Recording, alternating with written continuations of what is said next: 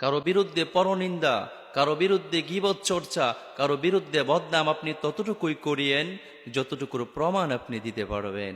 অন্যথায় মনে রাখবেন, আপনি যে মালিকের গোলাম, যার বিরুদ্ধাচরণ করছেন, যার বিরুদ্ধে কথা বলছেন, সেও কিন্তু সেই মালিকের গোলাম। আপনি যদি তার বিরুদ্ধে মিথ্যাচার করে থাকেন, মিথ্যা বদনাম করে থাকেন, মিথ্যা কথা বলে তাকে যদি আপনি ছোট করতে চান সমাজের মানুষের সামনে, তাহলে মনে রাখিয়েন, কাল কিয়ামতের কঠিন বিভীষিকাময় সময় আল্লাহ সুবহানাহু ওয়া তাআলা এটার প্রমাণ আপনার কাছে চাইবে।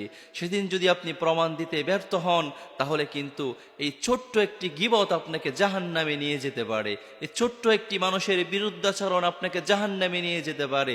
এজন্য বলা হয়, প্রিয় ভাই, এই জমিনের মধ্যে যতদিন বেঁচে থাকবেন, নিজের কি দোষ, নিজের কি অপরাধ, সেগুলো নিয়ে চিন্তা করেন। আরেকজনের দিকে আঙ্গুল আপনি নিক্ষেপ করবেন না।